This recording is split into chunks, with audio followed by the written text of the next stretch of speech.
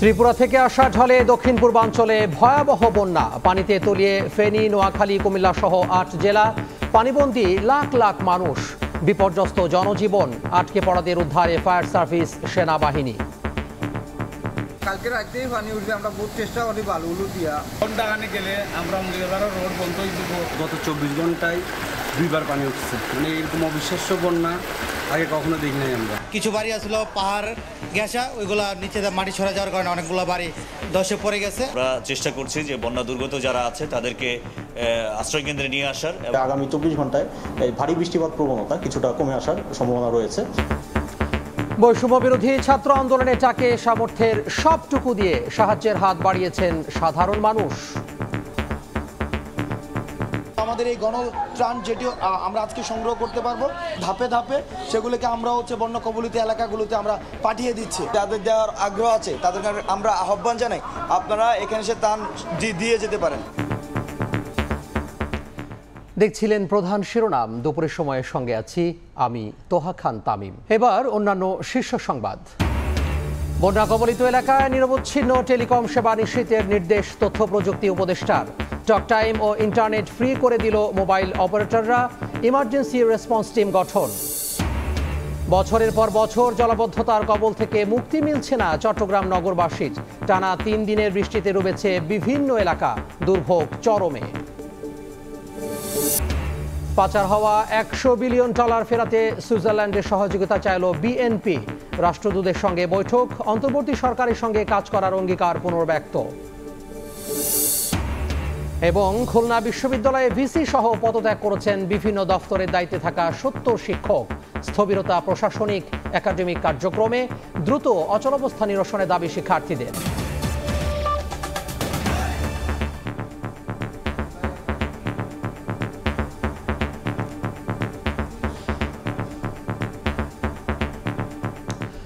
ভয়াবহ আকার ধারণ করেছে ফেনী, নোয়াখালী ও কুমিল্লা সহ 8 জেলার বন্যা পরিস্থিতি। এর মধ্যে ফেনীর ফুলগাজী, পরশুরাম ও ছাগলনাইয়া উপজেলার পরিস্থিতি সবচেয়ে ভয়াবহ। পানিবন্দী কয়েক লাখ মানুষ। বন্ধ হয়ে গেছে যোগাযোগ ব্যবস্থাও। এদিকে কুমিল্লার গোমতী নদীর পানি বিপদসীমার 50 থেকে 60 সেন্টিমিটার উপর দিয়ে প্রবাহিত হচ্ছে।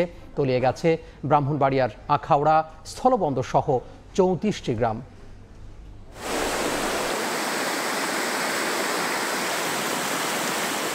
বেড়েই চলেছে স্রোতের তীব্রতা। তীব্র বেগে ঢুকছে পানি।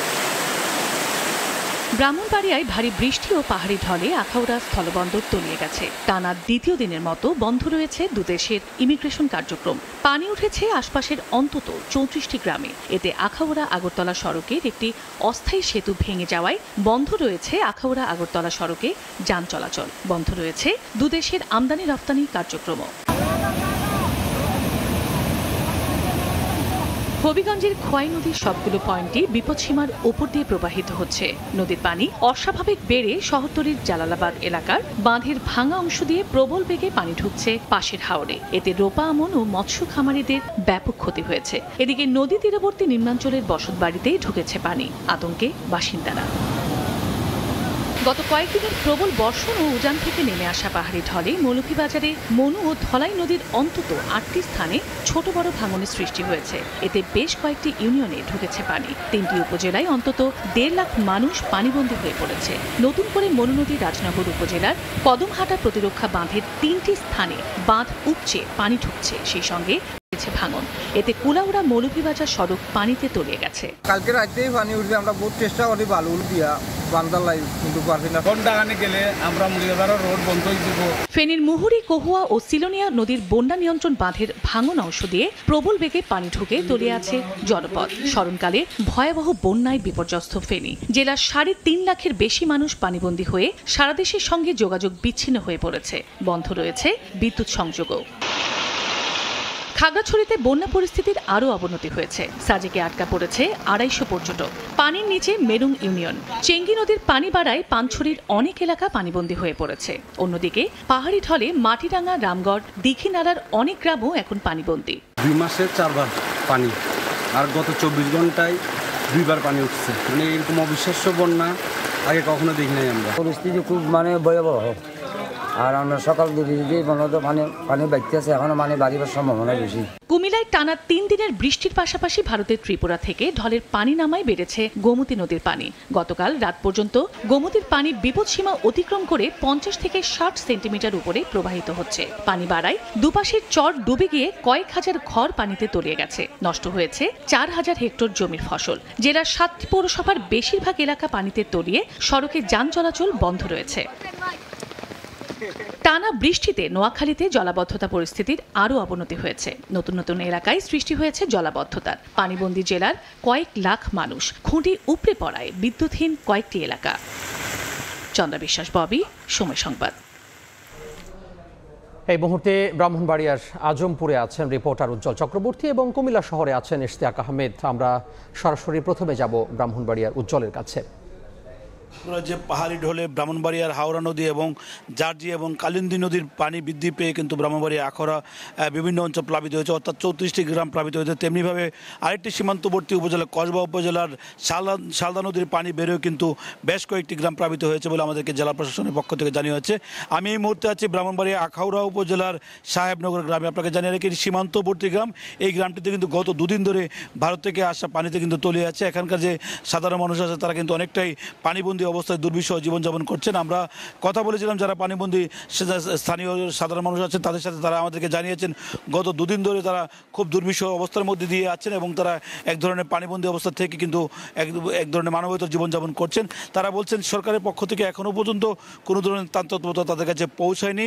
যদিও আজকে দুপুরবেলায় ব্রাহ্মণবাড়িয়া জেলা প্রশাসক মোহাম্মদ হাবিবুর রহমান এবং সেনাবাহিনী কর্মকর্তা বৈষম্য বিরোধী ছাত্র আন্দোলনের শিক্ষার্থীরা দুর্গত এলাকা পরিদর্শন করেছেন। তারা কিন্তু ব্রাহ্মণবাড়িয়া আবদুল্লাহপুর যে সীমান্তবর্তী গ্রাম আছে সেখানে একটি আশ্রয় কেন্দ্র আছে, সেখানে এসে কিন্তু তারা শুকনো খাবার বিতরণ করছেন। শুকনো খাবারের মধ্যে রয়েছে চিরা, গুড়, দেশলাই এবং মোমবাতি সহ আনুষঙ্গিক বেশ কিছু জিনিসপত্র রয়েছে এবং তারা বলছেন যে তালিকা প্রণয়ন করা হয়েছে। তালিকা প্রণয়নের পরে কিন্তু দুর্গত এলাকায় কিন্তু ত্রাণ তৎপরতা শুরু হবে। জেলা প্রশাসক মোহাম্মদ হাবিবুর রহমান যেমনটি জানিয়েছেন 15 মেট্রিক টন চাল বরাদ্দ করা হয়েছে ইতিমধ্যে এবং সেই সাথে 500 উপরে যে পানিবন্দী আখাউড়া উপজেলার যে দুর্গত বিশেষ করে আছে তাদের জন্য তাৎক্ষণিকভাবে 5 লাখ টাকা বরাদ্দ করা হয়েছে। সব মিলিয়ে যে তৎপরতা সেটি কিন্তু শুরু হচ্ছে বলে তিনি আমাদেরকে নিশ্চিত করেছেন। আপনাকে জানিয়ে রাখি ব্রাহ্মণবাড়িয়া আখাউড়া আগরতলা যে সড়কটি আছে গুরুত্বপূর্ণ, যে সড়কটি দিয়ে দুই দেশের ব্যবসা বাণিজ্য ত্বরান্বিত, সেই সড়কটি কিন্তু গতকাল সকালে কিন্তু এখানে একটি বেইলি ব্রিজ থাকার কারণে সেটি কিন্তু ভেঙে গেছে। সেটি ভেঙে যাওয়ার কারণে দুই দেশের ব্যবসা বাণিজ্য বন্ধ রয়েছে। তেমনিভাবে আখাউড়া আগরতলা দুই দেশের যে যাত্রী বরাবর ইমিগ্রেশন ভবনে পানি প্রবেশ করার কারণে সেটিও বন্ধ আছে। অনেকেই যাত্রীরা যারা আগরতলা বিমানবন্দর থেকে চেন্নাই, মুম্বাই এবং বেঙ্গালুরু সহ বিভিন্ন জায়গায় যাতায়াত করেন তারা কিন্তু অনেকেই ফিরে গেছেন এবং তাদের যে টিকিটগুলো আছে সেগুলো তারা ক্ষতিগ্রস্ত হয়েছেন, টিকিটগুলো বাতিল হয়েছে বলে তারা আমাদেরকে জানিয়েছেন। সব মিলিয়ে যে এক দুর্বিষহ অবস্থার মধ্য দিয়ে আখাউড়া এবং কসবার এলাকার মানুষগুলো আছেন এবং তারা বলছেন সরকারের পক্ষ থেকে ত্রাণ তৎপরতা জোরদার করা জরুরি। এটি নিশ্চিত না করা হলে অনেকেই ক্ষতিগ্রস্ত হবেন এবং তারা অনেকেই বিভিন্নভাবে ক্ষতিগ্রস্ত হয়েছেন। তারা বলছেন যে বিভিন্ন যে আশ্রয় কেন্দ্রগুলো আছে সেই আশ্রয় কেন্দ্রগুলোতে যারা অবস্থান নিয়েছেন তাদেরকে কাছে যেন দ্রুত সময়ের মধ্যে ত্রাণ তৎপরতা পৌঁছে দেওয়া হয় সেটি তারা নিশ্চিত করার দাবি জানিয়েছেন। আপনাকে জানিয়ে রাখি বর্তমানে আখাউড়া উপজেলার গাজীর বাজার এলাকার যে গ্রামগুলো আছে বিশেষ করে বঙ্গের চর, কালিকাপুর, সাহেবনগর সহ বিভিন্ন গ্রাম, সেই গ্রামগুলোতে কিন্তু পানিবন্দী মানুষের সংখ্যা প্রায় 40টিরও বেশি পরিবার এখনও পর্যন্ত দুর্বিষহ জীবনযাপন করছে বলে আমরা জানতে পেরেছি। তো এই ছিল আখাউড়া বন্যা দুর্গত এলাকা থেকে আমার কাছে সর্বশেষ। এখন চলে যাচ্ছে কুমিল্লা আছেন আমাদের সহকর্মী ইশতিয়াক, তিনি জানাবেন সেখানকার সর্বশেষ পরিস্থিতির কথা। আপনারা জানেন যে গোমতী নদীর যে পানি সেটা কিন্তু অনেকটা বেড়ে গিয়েছে এবং বিশেষ করে বিপদ সীমা থেকে 70 সেন্টিমিটার উপর দিয়ে কিন্তু প্রবাহিত হচ্ছে বলে আমরা জানতে পেরেছি, আমাদেরকে জানিয়েছিল পানি উন্নয়ন বোর্ডের কর্মকর্তারা। এই মুহূর্তে আমি দাঁড়িয়ে আছি বুড়িচং উপজেলার ষোলনাল ইউনিয়নের কামারখাড়া একটি গ্রামে, যে গ্রামটি সম্পূর্ণ ঝুঁকিপূর্ণ একটি গ্রাম হিসেবে আমরা জানতে পেরেছি এবং সেখানে আমরা এসে দেখেছি যে বিশেষ করে একটু আপনাদের দেখাতে চাই যে এই একটি সেচ প্রকল্প অর্থাৎ সেচ পাইপের মাধ্যমে এখানে যারা 10 থেকে 12টি গ্রাম রয়েছে যারা কৃষি কাজ করে তারা গোমতী নদীর থেকে মোটরের মাধ্যমে এখানে পানি নিত। সেখানে গত 3 মাস ধরে পাইপটি বন্ধ ছিল, তবে আজ সকাল থেকে এই পাইপটি স্রোতের কারণে ফেটে যায় এবং এই পাইপ দিয়ে অনবরত পানি পুরো গ্রামে ঢুকছে, অর্থাৎ পুরো 10 থেকে 12টি গ্রাম কিন্তু প্লাবিত হচ্ছে এবং 10 থেকে 12টি গ্রামের যারা পরিবারগুলো ছিল যারা বসবাস করতো তারা কিন্তু ইতিমধ্যে সেখান থেকে বের হয়ে গিয়েছেন, অর্থাৎ নিরাপদ আশ্রয়ে তারা ইতিমধ্যে চলে গিয়েছেন। বিশেষ করে যারা মহিলারা আছেন তারা তাদেরকে নিরাপদ আশ্রয় কেন্দ্রে তাদেরকে নিয়ে যাওয়া হয়েছে এবং আমরা দেখছি যে যারা পুরুষ যারা আছে যারা স্থানীয় রয়েছে তারা কিন্তু এখানে এসে উপস্থিত হয়েছে। বিশেষ করে এই যে পাইপটি রয়েছে সেটি কিভাবে মেরামত করা যায় নদীর গভীর থেকে, সেই জন্য কিন্তু এখানে সেনাবাহিনী, সেখানে ফায়ার সার্ভিস, পুলিশের একাধিক টিম এখানে আছে, সাধারণ মানুষ রয়েছে, জনগণ এখানে কাজ করছে এবং তারা কিন্তু ইতিমধ্যে মাটি ভরাট করে বস্তা দিয়ে তারা যে বাঁধ যেগুলো নরম হয়ে গিয়েছে সেইগুলো তারা চাচ্ছে পূর্ণ নির্মাণ করার জন্য, অর্থাৎ সেক্ষেত্রে যাতে করে বাঁধ ভেঙে পানি লুকোলে না ঢুকে সেই জিনিসটা তারা করছেন। এবং এই পাইপের মাধ্যমে যে পানিটা যাচ্ছে, অর্থাৎ এখানে প্রায় 10 থেকে 12টি গ্রাম রয়েছে এবং এখানে হাজার পরিবার রয়েছে, তারা সবাই কিন্তু এখন এই পাইপের মাধ্যমে যে পানি ছুটছে এর কারণে কিন্তু তারা ভুক্তভোগী হয়েছে এবং তারা কিন্তু এখন এই রাস্তা বা এই গ্রামগুলো কিন্তু প্লাবিত হচ্ছে এবং অনেকের ঘরে কিন্তু ইতিমধ্যে পানি ঢুকে গিয়েছে এবং তারা কিন্তু তাদের যে পণ্য সামগ্রী বা নিত্য প্রয়োজন যে জিনিসপত্রগুলো আছে সেগুলো নিয়ে তারা কিন্তু নিরাপদ স্থানে ইতিমধ্যে তারা চলে গিয়েছেন। আমরা দেখছি যারা এখানে সাধারণ জনগণ রয়েছে তাদের খাবারের জন্য কিন্তু স্বেচ্ছাসেবক যারা রয়েছে তারা কিন্তু খাবার নিয়ে আসছেন, শুকনো খাবার নিয়ে আসছেন, নিরাপদ পানি নিয়ে আসছেন এবং এখানে কিন্তু সেনাবাহিনী থেকে শুরু করে পুলিশ এবং সাধারণ জনগণ মিলে প্রচেষ্টা করছে যাতে করে এখানে নদী ভাঙন না হয় এবং যারা সাধারণ জনগণ রয়েছে এই এলাকাবাসী যারা রয়েছে তারা কিন্তু নদী ভাঙনে অনেকটি আতঙ্কিত হয়ে আছেন। তো এই ছিল আমার কাছে সর্বশেষ খবর কুমিল্লা থেকে।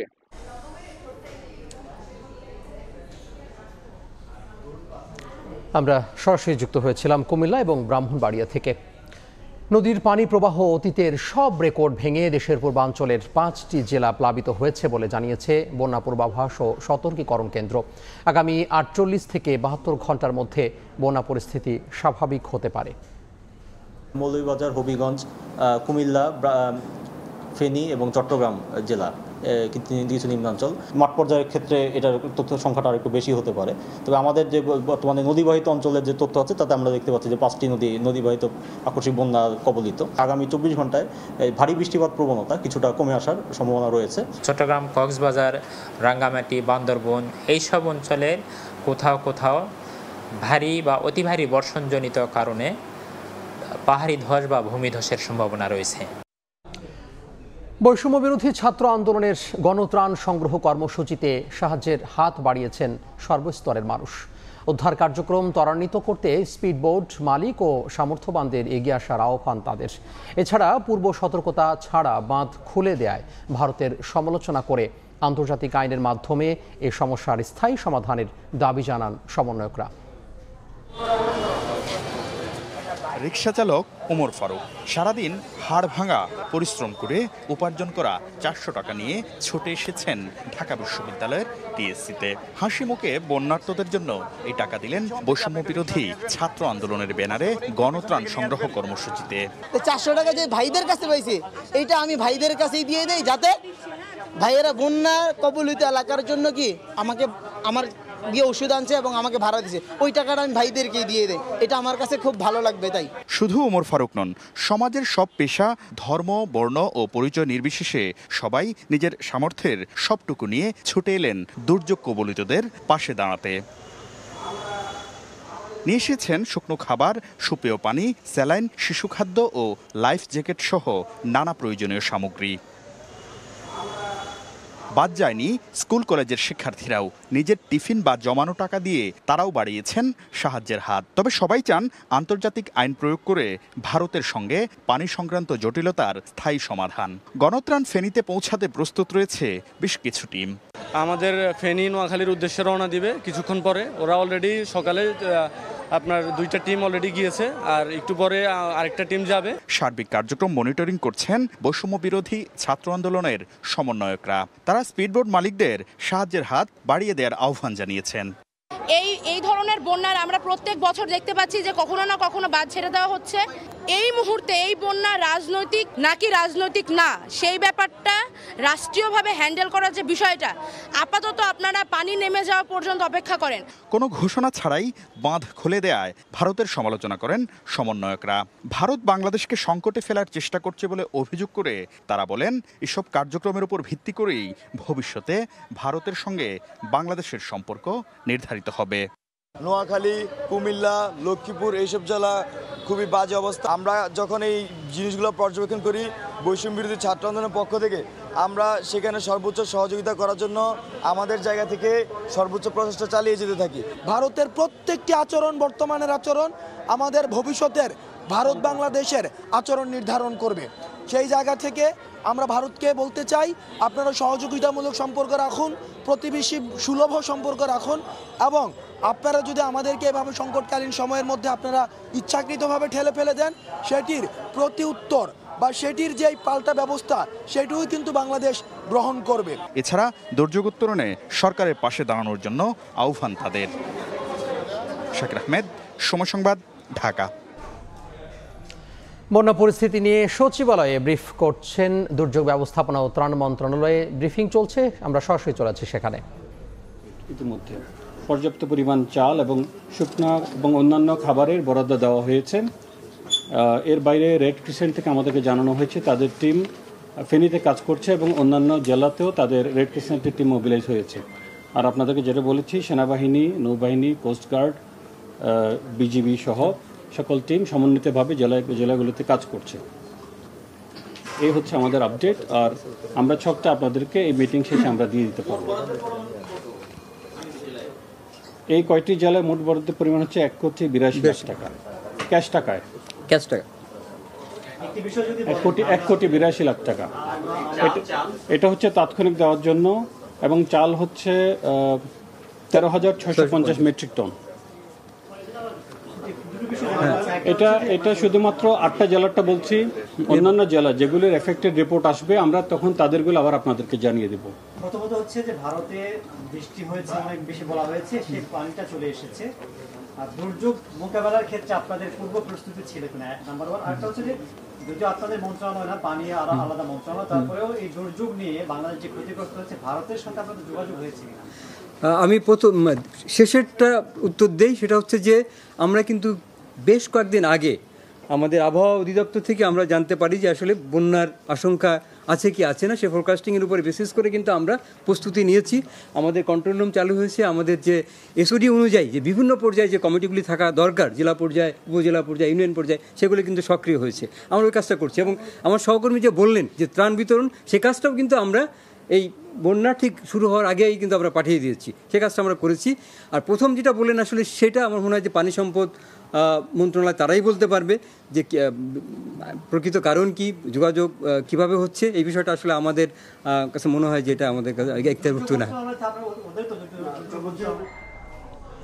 বন্যার সবশেষ পরিস্থিতি নিয়ে দুর্যোগ ব্যবস্থাপনা ও ত্রাণ মন্ত্রণালয়ে ব্রিফিং হচ্ছে, আমরা সরাসরি যুক্ত ছিলাম সচিবালয় থেকে। বৈষম্য বিরোধী ছাত্র আন্দোলনের ত্রাণ কার্যক্রমের খবর জানাতে এই মুহূর্তে ঢাকা বিশ্ববিদ্যালয়ে আছেন রিপোর্টার শাকির আহমেদ এবং চট্টগ্রামে আছেন শফিকুল আলম। আমরা প্রথমে যাব ঢাকা বিশ্ববিদ্যালয়ে শাকিরের কাছে।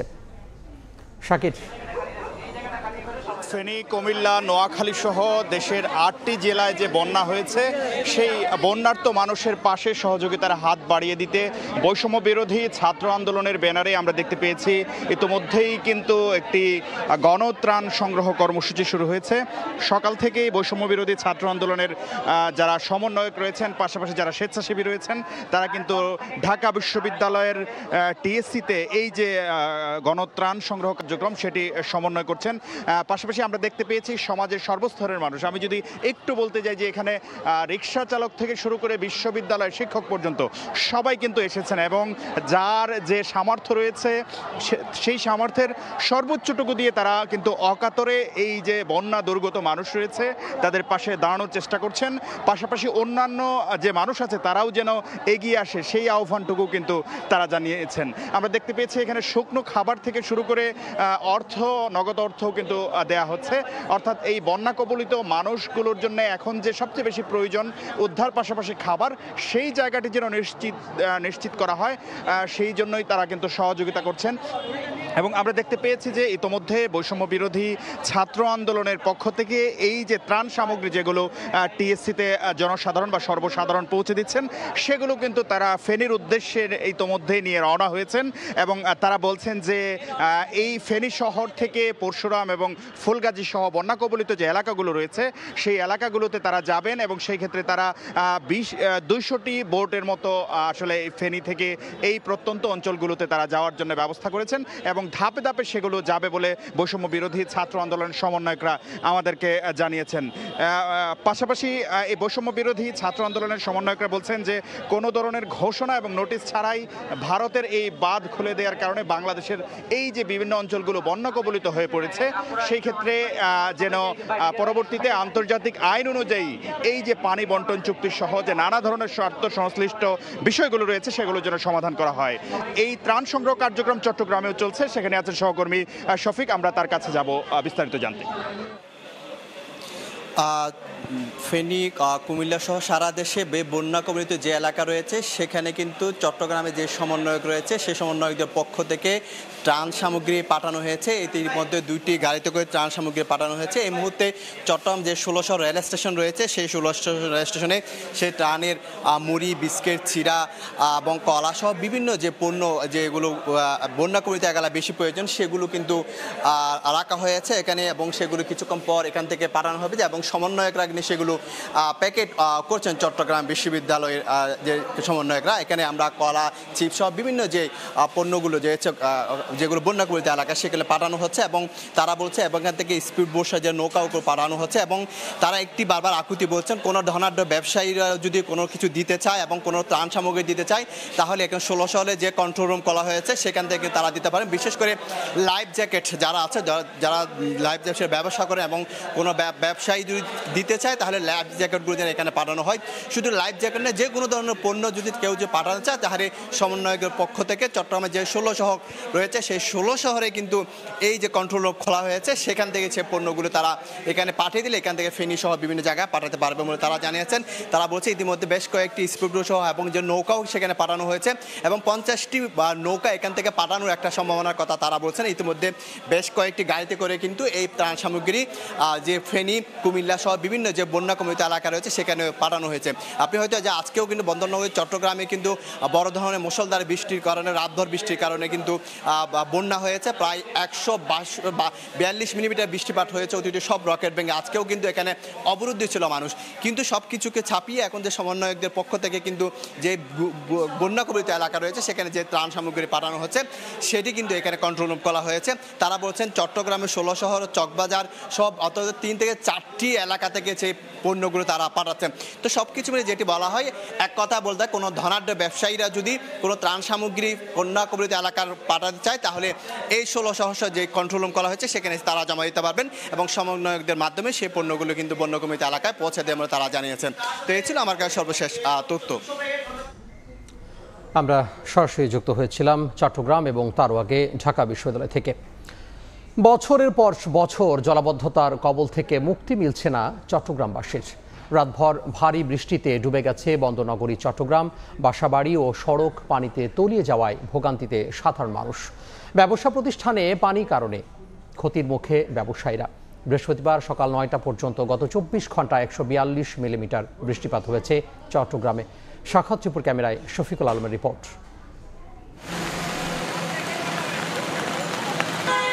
রাতভর ভারী বৃষ্টিতে তলিয়ে গেছে বন্দরনগরী চট্টগ্রাম। নগরীর মুরাদপুর, হালিশহ, 2 নম্বর গেট, বদ্দার সহ বিভিন্ন এলাকা কোমর সমান পানিতে তলিয়ে গেছে, আবার কোথাও কোথাও হাঁটু সমান পানিতে। এতে বিপাকে পড়েছেন সাধারণ মানুষ। পানি কাইলা মানে অধিকার বেশি দূর পানি ওখানে মুরাদপুর মোড়ে। পানির হতা কি হই পানি বাংলাদেশ ডুবি দেয় বুধেরি এরকম বৃষ্টি, এরকম পানি আমি শহরের মধ্যে আর কখনো দেখি না। বিস্তারা প্রায় 1 হাঁটু একর পানি। কেউ পায়ে হেঁটে আবার কেউ বা ভ্যানে করে গন্তব্যে গিয়েছেন। এতে দুর্ভোগের শেষ নাই সাধারণ মানুষের। গাড়ির ইঞ্জিন নষ্ট হয়ে বন্ধ হয়ে গেছে যানবাহন এবং এতে ক্ষতির মুখে পড়েছেন তারা। পানি ডুবে গেছে গাড়ির ভিতরে, গাড়ি স্টার্ট বন্ধ হয়ে গেছে। মানুষ ব্যান নিয়ে চলাফেরা করতেছে, অনেক সমস্যা হয়েছে। বৃষ্টি পানি ট্রেনগুলা বন্ধ হয়ে গেছে, তো পানি বেশি হয়ে যাওয়ার কারণে গাড়ি নামাইতে পারতেছে না এখন আর। একইভাবে সড়কের আশেপাশে যেখানে দোকানপাট রয়েছে সেখানেও কিন্তু পানি ঢুকে গেছে এবং বাসা বাড়িতে পানি ঢুকে গেছে। মানুষ ঘর থেকে বের হতে না পেরে সংকটের মুখে পড়েছে এবং গত 24 ঘন্টায় প্রায় 142 মিলিমিটার বৃষ্টিপাত রেকর্ড করা হয়েছে বন্দরনগরী চট্টগ্রামে। সিটি কর্পোরেশন, সিডিএ এবং পানি উন্নয়ন বোর্ডের মাধ্যমে প্রায় 11,500 মেগা প্রকল্প নেওয়া হলেও কিন্তু সেটির সুফল এখনো কিন্তু বন্দরনগরী চট্টগ্রামের বাসিন্দারা পাচ্ছে না। শফিকুল আলম, সময় সংবাদ, চট্টগ্রাম। এদিকে বন্যা কবলিত এলাকায় নিরবচ্ছিন্ন টেলিকম সেবা নিশ্চিত করতে মোবাইল অপারেটরদের নির্দেশ দিয়েছেন ডাক টেলিযোগাযোগ ও তথ্য প্রযুক্তি উপদেষ্টা। পরিস্থিতি সার্বক্ষণিক পর্যবেক্ষণ করতে 15 সদস্য ইমার্জেন্সি রেসপন্স টিম গঠন করেছে বিটিআরসি। অপারেটররা বলছে, বিদ্যুৎবিহীন এলাকাগুলোতে নেটওয়ার্ক সচল রাখতে জেনারেটর ব্যবহার করা হচ্ছে।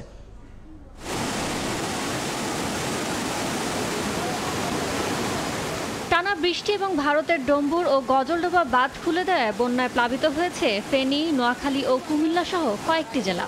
দুর্গত এলাকায় পানিবন্দী অনেকে মুঠোফোনে ভয়েস কলে কিংবা পরিচিত জনদের খুদে বার্তা দিয়ে উদ্ধারের আকুতি জানাচ্ছেন। সামাজিক মাধ্যমেও অনেকে তুলে ধরছেন পরিস্থিতির ভয়াবহতা। যদিও বিদ্যুৎ বিচ্ছিন্ন হয় বন্যা দুর্গত অনেক এলাকায় ব্যাহত হচ্ছে মোবাইল সেবা। ডাক টেলিযোগাযোগ ও তথ্য প্রযুক্তি উপদেষ্টার দেওয়া তথ্য মতে প্লাবিত 11টি জেলায় মোট 6,986টি টাওয়ারের মধ্যে 5,476টি সচল আছে। অচল টাওয়ারের হার 21.6%। সবচেয়ে বেশি ক্ষতিগ্রস্ত হয়েছে ফেনী এবং খাগড়াছড়ির টাওয়ার, যার শতকরা হার যথাক্রমে 42.4% এবং 41.5%। অচল টাওয়ারগুলো দ্রুত সচলের ব্যবস্থা অব্যাহত রয়েছে। আপাতত যে পর্যায়ে আছে সেখান থেকে যদি আমরা উত্তরণ করতে পারি তাহলে স্লোলি আমরা প্রায়োরিটি বেসিসে, বিশেষ করে অন্ততপক্ষে 2G সাইটগুলো যাতে আমরা আপ করতে পারি সেটার জন্য আমরা চেষ্টা করে যাচ্ছি যাতে নেটওয়ার্ক কাভারেজ থাকে। ফেনী, নোয়াখালীতে প্রায় এই পর্যন্ত প্রায় 700 সাইট আপনার ডাউন আছে। আমরা সেগুলোকেও সচল রাখার জন্য জেনারেটর পাঠাচ্ছি। এদিকে বন্যা দুর্গত এলাকায় নিরবিচ্ছিন্ন টেলিকম সেবা নিশ্চিতে নজরদারি করতে 15 সদস্যের একটি টিম গঠন করেছে বিটিআরসি। নেটওয়ার্ক একেবারে বিচ্ছিন্ন হলে প্রস্তুত আছে 10টি রিসেট, তাদের মধ্যে 5টি ফেনীতে পাঠানো হয়েছে। দুর্গত এলাকায় গ্রাহকদের জন্য ফ্রি টক টাইম ও ইন্টারনেট দিচ্ছে মোবাইল অপারেটররা। ইয়ানুর শিফাত, সময় সংবাদ, ঢাকা। বন্যা ও ভূমিধসে বিপর্যস্ত ভারত। দেশটির ত্রিপুরা রাজ্যে ভয়াবহ বন্যায় অন্তত 10 জনের মৃত্যু হয়েছে, গৃহহারা হয়েছেন 45,000-এর বেশি মানুষ। জারি করা হয়েছে জরুরি অবস্থা। ক্ষতিগ্রস্ত এলাকা ও ত্রাণ শিবির পরিদর্শন করেছেন মুখ্যমন্ত্রী মানিক সাহা। এদিকে হিমাচলের সিমলায় ভূমিধসে বেশ কয়েকজনের মৃত্যু হয়েছে। বন্যার পানিতে ভাসছে ভারতের ত্রিপুরা। গেল কয়েকদিনে রেকর্ড পরিমাণ বৃষ্টিপাত হয়েছে রাজ্যটিতে। বিশেষ করে দক্ষিণ ত্রিপুরা জেলায় 375 মিলিমিটার বৃষ্টিপাত রেকর্ড করা হয়, আর গোমতি জেলায় পরিমাণ প্রায় 350 মিলিমিটার। আগরতলাতেও বৃষ্টিপাতের পরিমাণ প্রায় 200 মিটার। বন্যায় এরই মধ্যে রাজ্যটিতে বেশ কয়েকজনের মৃত্যু হয়েছে, গৃহহারা হয়েছেন 45,000-এর বেশি মানুষ। ক্ষতিগ্রস্ত হয়েছে 1,000-এর বেশি ঘরবাড়ি। জারি করা হয়েছে জরুরি অবস্থা। শুক্রবার পর্যন্ত বন্ধ ঘোষণা করা হয়েছে শিক্ষা প্রতিষ্ঠান।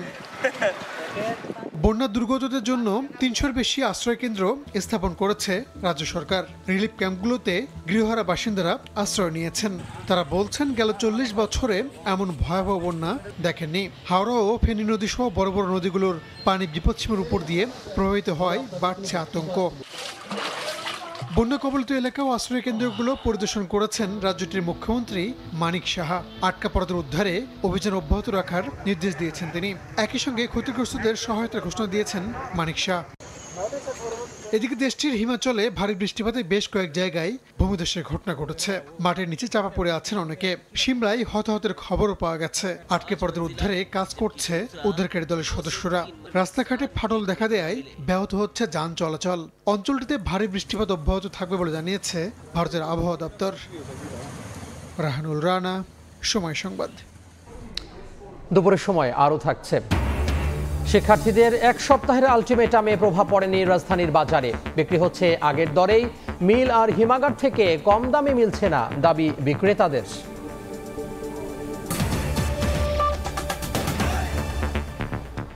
মানবাধিকার রক্ষা ও গণতন্ত্র পুনঃপ্রতিষ্ঠায় সহায়তা করবে জাতিসংঘ। সকালে জাতিসংঘের হাইকমিশনার দফতরে এশিয়া প্রশান্ত মহাসাগরীয় অঞ্চলের প্রধান বরি মঙ্গোভেনের নেতৃত্বে 3 সদস্যের প্রতিনিধি দলটি পররাষ্ট্র সচিবের সঙ্গে সাক্ষাৎ শেষে একথা বলেন। তিনি জানান, তদন্তের ধরন কেমন হবে সে বিষয়ে প্রাথমিক আলোচনা করতে এসেছেন তারা। এটি একটি অনুসন্ধানী সফর। কিভাবে অন্তর্বর্তীকালীন সরকারকে সহায়তা করা যায় সে বিষয়ে তারা আলোচনা করবেন।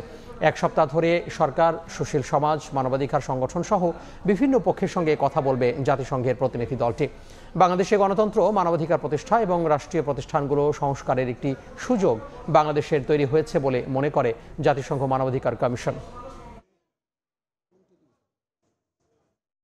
Is not an investigation. It's not an investigation. It's really an exploratory visit to discuss with the interim government, with the advisors, with some of the ministries, with the civil society, with the broad section of Bangladesh society to hear your priorities, your needs going forward, and explore some areas where the Office of the High Commissioner could assist, including in the area of fact-finding investigation. This is something we will have to discuss, the modalities, the way this could work, how it could support the national processes going forward. এই বিষয়ে আরো জানাতে পররাষ্ট্র মন্ত্রণালয়ে আছেন reporter Tajwar মাহমিদ। আমরা সরাসরি যুক্ত হব তার সঙ্গে। তাজওয়ার,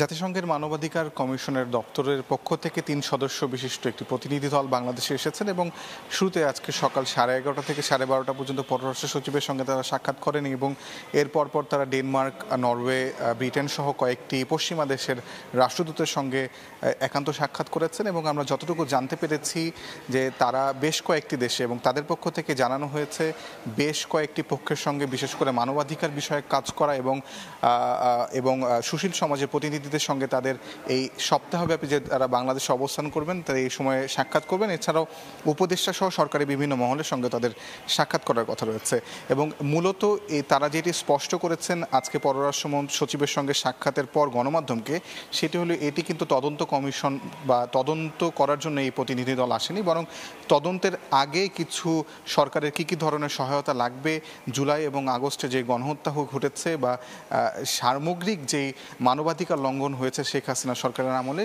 সেই বিষয়টি নিয়ে তারা তদন্ত করতে কী ধরনের সহায়তা সরকারের লাগবে সেটি যাচাই করতেই বা সেটি আলোচনা করতেই তারা কিন্তু মূলত ঢাকায় এসেছে এবং এক সপ্তাহ তারা যে থাকবেন এটি তারা যাচাই করবেন উপদেষ্টাদের সঙ্গে সাক্ষাৎ করে এবং বিভিন্ন সুশীল সমাজ সহ বিদেশি রাষ্ট্রদূত এবং মানবাধিকার কমিশনগুলোর বা মানবাধিকার সংগঠনগুলোর সঙ্গে সাক্ষাৎ করে। এবং এই বিষয়টিও তারা উল্লেখ করেছেন, যেমনটি ভলকার তুর্ক জাতিসংঘের মানবাধিকার বিষয়ক দপ্তরের যিনি প্রধান বলেছিলেন যে এই অন্তর্বর্তীকালীন সরকারের সময়টি বাংলাদেশের গণতন্ত্র, মানবাধিকার সহ নানা ধরনের যে গাফিলতিগুলো ছিল সেগুলো পুনরুদ্ধার করার বা পুনঃসংস্কার করার একটি সুযোগ তৈরি হয়েছে। সেটি কিন্তু আজকে রোরি ম্যাঙ্গোভার যিনি এসেছিলেন এই প্রতিনিধি দলের প্রধান হিসেবে, তিনিও কিন্তু আজকে সেই পুনর্ব্যক্ত করেছেন একই কথা এবং অন্তর্বর্তীকালীন সরকারের সঙ্গে তারা গণতন্ত্র পুনরুদ্ধার, মানবাধিকার পুনরুদ্ধার সহ বেশ কয়েকটি যে সংস্কার দরকার রাষ্ট্রের প্রতিষ্ঠানগুলোর, সেই সংস্কারে তারা সহায়তা করবেন কি বলেও কিন্তু আশ্বস্ত করেছেন। আমরা যতটুকু তাদের কাছ থেকে জানতে পেরেছি যে তারা শুধুমাত্র যে এই প্রতিষ্ঠানের সংস্কার বা গণতন্ত্র মানবাধিকার বিষয় না, সরকারের সঙ্গে সামগ্রিক যে সংস্কার প্রক্রিয়া সরকার করবে তার সঙ্গে কিন্তু তারা যুক্ত থাকবেন বলে আশ্বস্ত করেছেন আমাদেরকে। তো এই ছিল আমার কাছে পররাষ্ট্র মন্ত্রণালয় থেকে সর্বশেষ খবর। সহকর্মী তাজওয়ার মাহমিদ যুক্ত হয়েছিলেন পররাষ্ট্র মন্ত্রণালয় থেকে। বাংলাদেশ থেকে পাচার হওয়া $100 বিলিয়ন ফেরাতে সুইজারল্যান্ডের সহযোগিতা চাইল বিএনপি। সুইস ব্যাংকে আওয়ামী লীগের প্রভাবশালীদের জমা করা টাকা ফেরাতেও সহযোগিতার আশ্বাস দিয়েছেন বাংলাদেশে নিযুক্ত সুইস রাষ্ট্রদূত। গুলশানে সংবাদ সম্মেলনে এমনটাই জানালেন বিএনপির স্থায়ী কমিটির সদস্য আমির খসরু মাহমুদ চৌধুরী। সুইস ব্যাংক বাংলাদেশ থেকে টাকা পাচারের এক স্বর্গরাজ্য। 2009 থেকে 22 সাল নাগাদ সুইজারল্যান্ডের ব্যাংকগুলোতে বাংলাদেশিদের জমার পরিমাণ 10,000 কোটি টাকার কথা উঠে আসে দেশটির কেন্দ্রীয় ব্যাংকের বার্ষিক প্রতিবেদনে। বাংলাদেশ থেকে পাচার করা এসব টাকা দেশে ফিরিয়ে আনার দাবি দীর্ঘদিনের। বৃহস্পতিবার গুলশানে বিএনপি চেয়ারপারসনের রাজনৈতিক কার্যালয়ে সুইজারল্যান্ডের রাষ্ট্রদূত রেতো রেংলির সঙ্গে বৈঠকে বসে দলটির নেতারা। এ সময় দেশ থেকে পাচার হওয়া $100 বিলিয়ন ফেরত আনতে সুইস সরকারের কাছে সহযোগিতা চায় বিএনপি। বিএনপি মহাসচিবের নেতৃত্বে ঘণ্টাব্যাপী বৈঠক শেষে ব্রিফ করেন দলের স্থায়ী কমিটির সদস্য আমির খসরু মাহমুদ চৌধুরী। জানান, সুইস ব্যাংকে আওয়ামী লীগের প্রভাবশালীদের পাচার করা টাকা ফেরত আনার আশ্বাস দিয়েছেন সুইস রাষ্ট্রদূত। বাংলাদেশ থেকে আমরা বারবার বলেছি যে $100 বিলিয়ন উপরে পাচার হয়েছে। তারা এত টাকা পাচার করেছে বাংলাদেশের রিজার্ভ একেবারে তলানিতে চলে আসছে, এবং আমাদের দৈনন্দিন জীবনে প্রত্যেকটি নাগরিক কিন্তু এটার এফেক্ট ফিল করতেছে। সুইজারল্যান্ড গভর্নমেন্টের পক্ষ থেকে তারা বলেছে তাদের অবস্থান আগের মতোই আছে, যে এই টাকা ফিরিয়ে আনার ব্যাপারে বাংলাদেশ গভর্নমেন্টের যে কোনো উদ্যোগকে তারা স্বাগত জানাবে। বাংলাদেশের অর্থনৈতিক উন্নয়ন, আগামী নির্বাচন ও সমসাময়িক রাজনৈতিক ইস্যুতে ফলপ্রসূ আলোচনার কথাও জানান বিএনপি নেতারা। সাংবিধানিক কিংবা সংবিধানের বাইরে যে প্রতিষ্ঠানগুলো আছে এগুলো যে একেবারে ভেঙে গেছে এবং একটি খুব খারাপ অবস্থায় আছে, তারা তাদের পক্ষ থেকে সহযোগিতার আশ্বাস দিয়েছে। যে প্রতিষ্ঠানগুলো আছে এগুলোকে ক্যাপাসিটি বিল্ডিং করার জন্য তারা তাদের সহযোগিতার কথা বলেছে।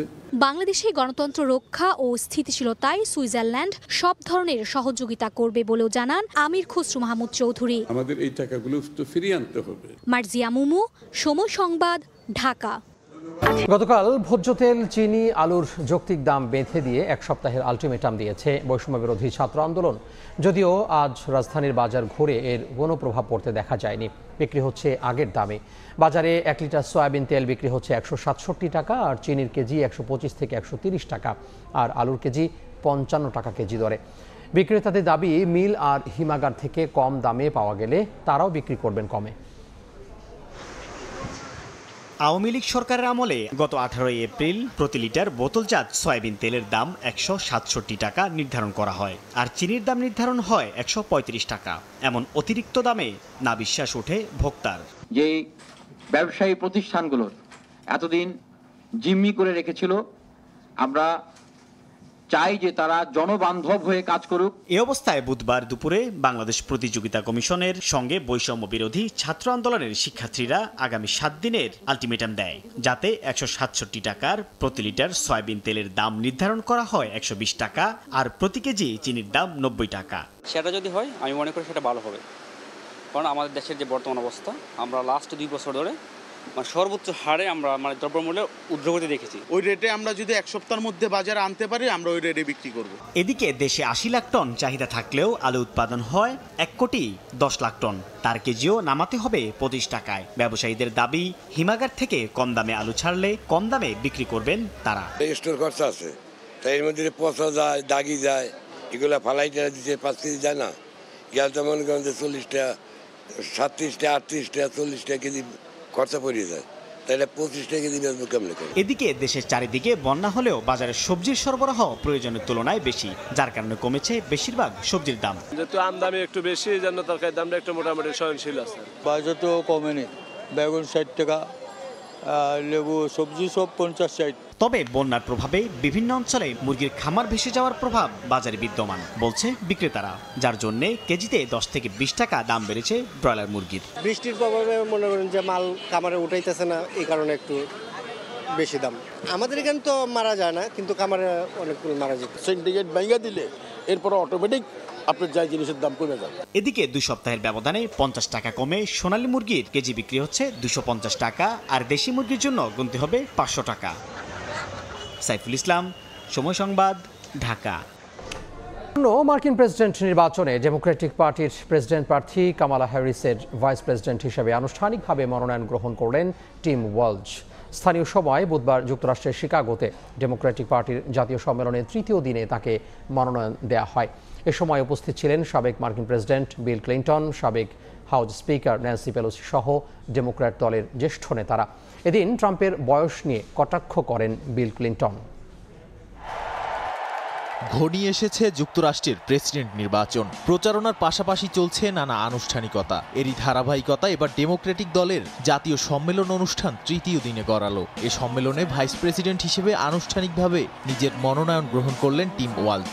স্থানীয় সময় বুধবার শিকাগোতে ডেমোক্রেটিক পার্টির জাতীয় সম্মেলনে তাকে মনোনয়ন দেওয়া হয়। এ সময় উপস্থিত ছিলেন সাবেক মার্কিন প্রেসিডেন্ট বিল ক্লিন্টন, সাবেক হাউস স্পিকার ন্যান্সি পেলোসি সহ ডেমোক্র্যাট দলের বড় বড় নেতারা। এদিন সম্মেলনের মঞ্চে দেওয়া ভাষণে বয়স নিয়ে রিপাবলিকান প্রার্থী ডোনাল্ড ট্রাম্পকে খোঁচা দেন বিল ক্লিন্টন।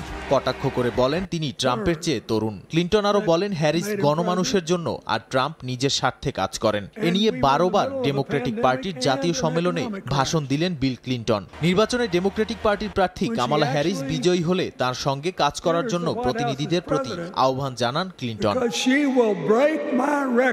ডেমোক্রেটিক দলের প্রভাবশালী নেতাদের একজন পেলোসি। তিনি মার্কিন কংগ্রেসের নিম্নকক্ষ প্রতিনিধি পরিষদের প্রথম নারী স্পিকার ছিলেন। জো বাইডেন কামালা হ্যারিস প্রশাসনকে আধুনিক সময়ে সবচেয়ে সফল প্রশাসনের একটি বলে বক্তব্য শুরু করেন পেলোসি। তিনি বলেন ভাইস প্রেসিডেন্ট হ্যারিস সবাইকে নতুন উচ্চতায় নিয়ে যেতে প্রস্তুত।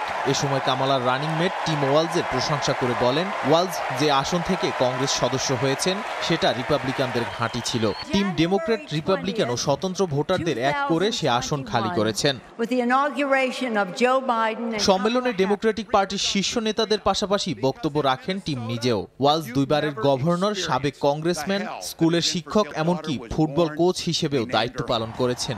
সম্মেলনে নেতাদের সঙ্গে উপস্থিত ছিলেন সাংস্কৃতিক অঙ্গনের তারকারাও। এদিকে রিপাবলিকান প্রার্থী ডোনাল্ড ট্রাম্প গুলিবিদ্ধ হওয়ার পর প্রথমবারের মতো খোলা আকাশের নিচে নির্বাচনী প্রচারণা করেছেন। স্থানীয় সময় বুধবার নর্থ ক্যারোলাইনা অঙ্গরাজ্যে বুলেট প্রুফ কাঁচের মধ্য থেকে তিনি বক্তব্য দেন। নাদিম মারজান, সময় সংবাদ। সাফ অনূর্ধ্ব 20 চ্যাম্পিয়নশিপের খবর। গ্রুপ এ চ্যাম্পিয়ন হবার লক্ষ্যে স্বাগতিক নেপালের মুখোমুখি হবে বাংলাদেশ। স্টেডিয়ামে স্বাগতিক দর্শকদের সামনে জয় পাওয়াটা সহজ হবে না জেনে সর্বোচ্চটা দিতে চায় লাল সবুজ প্রতিনিধি। ললিতপুরের অল নেপাল ফুটবল অ্যাসোসিয়েশনে ম্যাচটি শুরু হবে বাংলাদেশ সময় বিকেল 3:15টায়। শ্রীলঙ্কাকে 2-0 গোলে হারিয়ে আসরে প্রত্যাশিত শুরু করে বাংলাদেশ। ওই এক জয়ে সেমিফাইনাল নিশ্চিত করেছেন নোভা মিরাজুলরা। গ্রুপ পর্বের দ্বিতীয় ম্যাচ তাই কেবলই নিয়ম রক্ষার, তবে সেমিফাইনালে কিছুটা সহজ প্রতিপক্ষ পেতে হলে গ্রুপ চ্যাম্পিয়ন হবার বিকল্প নেই। দ্বিতীয় ম্যাচে স্বাগতিকদের হারিয়ে সেই কাজটা করতে চায় মারুফুলের শিষ্যরা। যদিও হোম অ্যাডভান্টেজ থাকায় নেপালকে হারানো যে সহজ হবে না সেটাও জানেন ফুটবলাররা।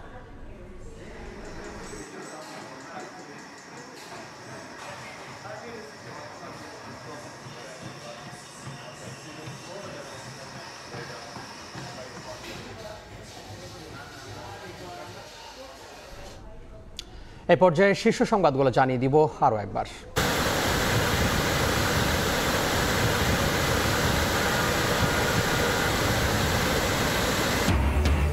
ত্রিপুরা থেকে আসা ঝড়ে দক্ষিণ পূর্বাঞ্চলে ভয়াবহ বন্যা। তলিয়ে ফেনী, নোয়াখালী, কুমিল্লা সহ 8 জেলা, পানিবন্দী লাখ লাখ মানুষ, বিপর্যস্ত জনজীবন, চলছে উদ্ধার কাজ। বন্যা কবলিতদের পাশে দাঁড়াতে গণত্রাণ সংগ্রহ বৈষম্য বিরোধী ছাত্র আন্দোলনের সাহায্যের হাত বাড়িয়েছেন সাধারণ মানুষ। বাঁধ খুলে দেয়ায় ভারতের সমালোচনা।